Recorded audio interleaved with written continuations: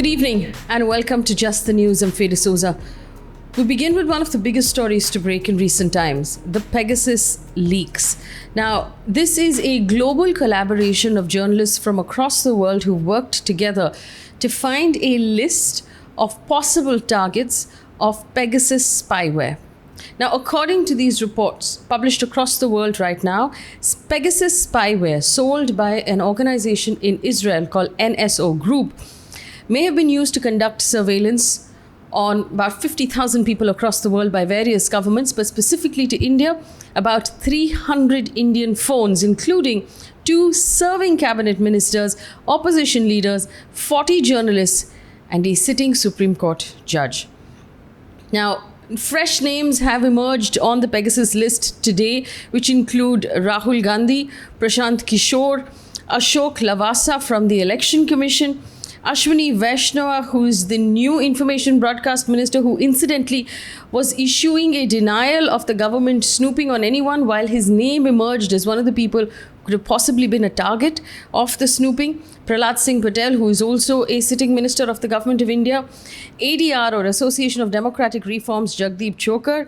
The Supreme Court staffer who had accused former Chief Justice of India, Ranjan Gogoi, of sexual harassment, was also on the list. Virologist Gagandeep Kang, who is a doctor and a scientist who at that time, and this is actually snooping that happened between 2018 and 2019, who at that time Gagandeep Kang was working on fighting the Nipah virus. Hari Menon, who is the India head of the Bill and Melinda Gates Foundation. All of these names wound up on that list. Now, basically, globally, there was a list of 50,000 phone numbers, out of which 300 phone numbers were Indian and were verified by the Indian journalists from The Wire, which is an online news publication. They managed to verify all of those phone numbers as belonging to these people. Also, they've managed to take a look at several of the phones in question, and they have found traces of the Pegasus software on that phone. Now, what does Pegasus do? Like I said, it's spyware sold and manufactured by an Israeli company called NSO Group. It's actually exported as a weapon by the Israel government. It's like when governments sell weapons to each other. Now, NSO Group says that it sells this software only to vetted governments and not to private individuals. Once installed on your phone, the Pegasus software can harvest all of your data. So it can look at SMS, emails, WhatsApp, contact lists, transmit all of this back to the attacker. It can find out where your location is at any given point of time. It can switch on the camera and the microphone of the phone and listen to anything that is going on around it, even when the phone is not active. This is hugely, hugely worrying for a democracy like India. On one hand, if it is proven that it is the government that is doing this, that is a worry for our democracy because it's completely illegal. If it is not the government, if anyone else, if any other foreign entity is listening to the phones of our ministers, of our Supreme Court judges, of our journalists, this is all sensitive information. That's even more of a worry. So either ways, this is a massive story. This entire story was published by The Wire in India, by The Washington Post, by The Guardian, and 14 other media organizations around the world. NSO has disputed the claim in a letter to The Wire, and Pegasus project partners. They have said that they have good reason to believe that the list of numbers was not targeted by governments using Pegasus, but it's a larger list of numbers that may have been used by NSO Group customers for other purposes. So it's a really vague sort of explanation. The government has given a couple of statements. In one statement that it put out, it basically said that this entire report is bereft of facts. It is founded on preconceived conclusions, and it seems to be trying to play the role of investigator, prosecutor, as well as the jury. There's no explicit denial in that statement. The Ministry of INB basically said that they have a lawful interception of electronic communication that is carried out for law and order purposes, particularly the occurrence of any public emergency by agencies of center and state. Again, no explicit denial of either the use of Pegasus or the use of Pegasus in this particular case. The former IT Minister Ravi Shankar Prasad, who was the IT Minister when this supposed or alleged snooping happened, has said, and I quote, "Opposition allegations of surveillance by the government are baseless. Some agencies are active to stop the march of Atmanirbhar Bharat. The allegations are being leveled just before the monsoon session is suspicious. There is not a shred of evidence on the linkage to the government." end quote. Opposition members also have called this completely unacceptable. The Via says that they will be breaking more names and coming out with more details over the next few days. Like I said, this is a massively worrying story. Moving on, the Prime Minister on Monday, on the first day of the monsoon session of Parliament, urged the opposition to raise hard questions but allow the government an opportunity to respond. The opposition had, of course, spoken to the media and said that it will raise three main questions: the ongoing farmers' agitation and the farm bills that were never really fully discussed in Parliament, rising fuel prices, which are a massive problem, and the management of the COVID pandemic and the centre's vaccine strategy. Parliament was in session today. The opposition protested as the Prime Minister introduced new ministers. Following the uproar, Defence Minister Rajnath Singh accused the Congress of breaking the tradition and starting an unhealthy practice of not allowing the Prime Minister to speak, although it is on record that this is not the first time this has happened. Both houses have been adjourned until 11 a.m. on Tuesday. In other news, taking on record that the Uttar Pradesh government has decided to cancel the Kanwar Yatra, the Supreme Court has junked its suo motu case to stop the religious festival in the state. According to ANI, the Supreme Court had asked all Uttar Pradesh authorities, including the police, to take stern action in case of any violation. On Saturday, the Kanwar Yatra was cancelled by the state, a move that came in after the Supreme Court took suo motu cognizance, which means that it didn't wait for someone to bring a petition. It noticed a problem and it took cognizance of it. And it basically told the state that if it's not cancelled, they will take action. A Manipur journalist who was arrested on charges of sedition for writing on Facebook that cow dung and cow urine don't work, I think he was referring to COVID, he was released from jail on Monday evening. The Supreme Court had overruled the government's request to adjourn the hearing, saying that a continued detention of this petitioner would amount to a violation of the right to life and personal liberty.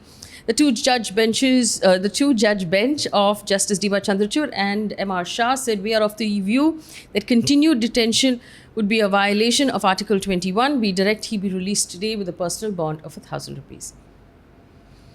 In other news, Dr. N.K. Arora, co-chair of INSAGOG, which is the Association of Doctors and Scientists who study virus variants in India, he has said the Delta variant primarily accounts for 80% of all new COVID cases. He stressed that cases may go up if a new, more vicious variant comes in. The variant is also around 40 to 60% more transmissible than its predecessor, the Alpha variant, and it's currently spread to more than 80 countries, he said. He said it also leads to a stronger inflammatory response in the organs like the lungs. It's difficult to say that the disease due to the variant is more severe.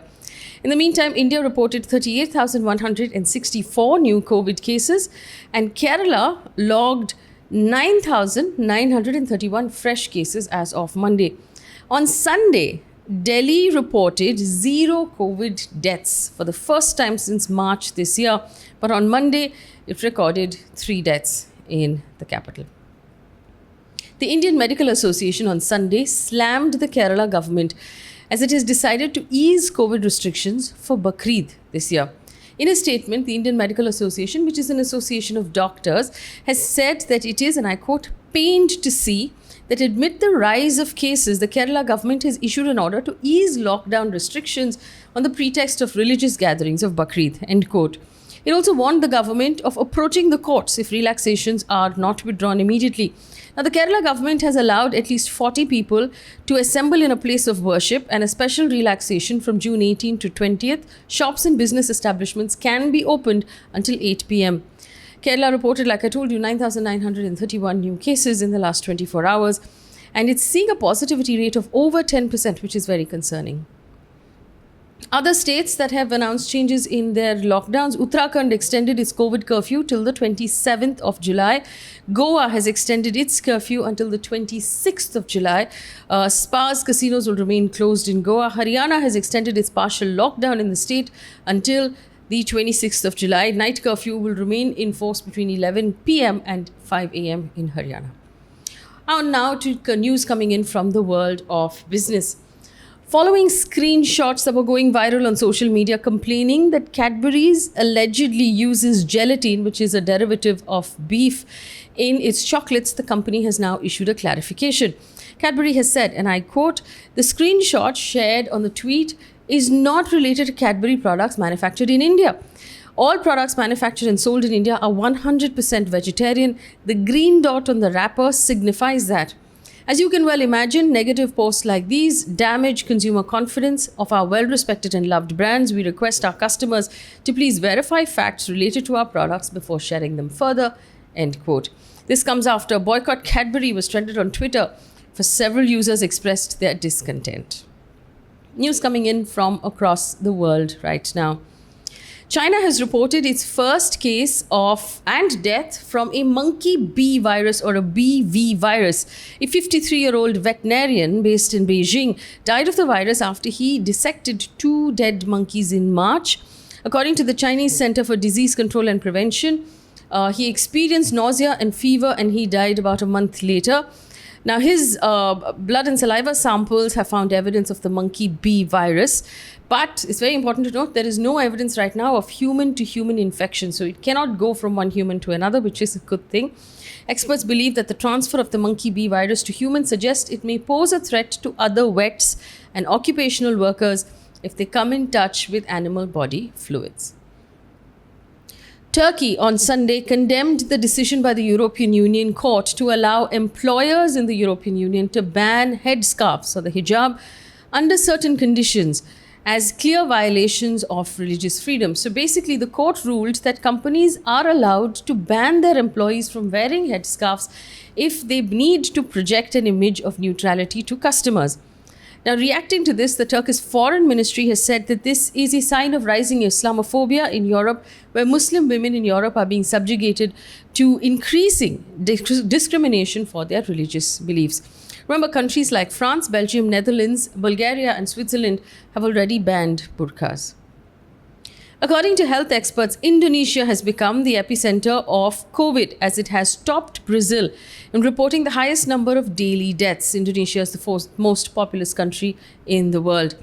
Since the pandemic began, Indonesia has reported more than 2.8 million cases and 73,000 deaths. US has the highest COVID cases at 34 million and over 6 lakh deaths. Hospitals in Indonesia are reporting a shortage of beds and oxygen supply. Indonesia reported 44,721 new cases and over 1,000 deaths in the last 24 hours. An update from the world of science and technology, although this is more of an update on the world of very rich people. 18-year-old Oliver Daemen will join Jeff Bezos on Blue Origin's New Shepard to fly into space on Tuesday, making him the youngest person to go to space. Now, Daemen will travel to space with Bezos' brother Mark, and 82-year-old aviator Wally Funk. Blue Origin described Oliver as its first paying customer, which marks the onset of commercial operations for space tourism program. Oliver is the son of a millionaire, Joost Daemen, who is the founder and the CEO of a Dutch investment company called Somerset Capital Partners. Also, interestingly, there was news about Ashton Kutcher, who had apparently bought a ticket on Virgin Galactic, but his wife told him that since he has young children, he has no business taking such risks. He returned the ticket. Ashton Kutcher will not be going to space. An update from the world of sports right now. At least 3 players have tested positive for COVID at the Olympics Village. The Olympics are set to begin on the 23rd of July in Japan. Games will be held behind closed doors with tight health safety protocols to ensure that it doesn't become a super spreader event. That is the warning that most health experts have given the organizers of the Olympics and the government of Japan. India defeated Sri Lanka by 7 wickets in the first one-day international at the R. Premadasa Stadium in Colombo. India's 9th straight victory in ODI cricket on Sri Lankan soil. Captain Shikhar Dhawan slammed an unbeaten 86 of 95 deliveries to help India chase down its 263-run target. The match witnessed Ishan Kishan slam a 50 in his debut. And a piece of positive news before we leave you for today. The Tripura government has announced that it will financially support economically backward students to pursue various professional and other courses in higher education institutions recognized by the government. Now, it's introduced a scheme called One-Time Financial Support for Economically Weaker, Meritorious SC, ST, OBC and minority students. Basically, the state government will give at least 1 lakh rupees for the course. giving it in 2 installments, one on admission at 50,000 and the other after the student passes the first year. Applicants for all schemes should have at least 50% marks in their 10th or their 12th, and they should get admission into these courses. Well, that brings us to the end of the news. Thank you so much for listening, and give us your feedback about anything you feel we can do to improve this bulletin for you. Now, we've put up also an interesting discussion on the entire Pegasus leak with some very important guests on how this affects the Indian democracy. Do take a look at that. Your quiz, which I know you missed in the last bulletin, here is your quiz for today. China has reported the first human death from a new virus. Remember, this virus cannot go from human to human. It's gone from animal to human. Can you tell us what that virus is called? Leave us the answer in the comment section. Thank you so much for listening. Good night.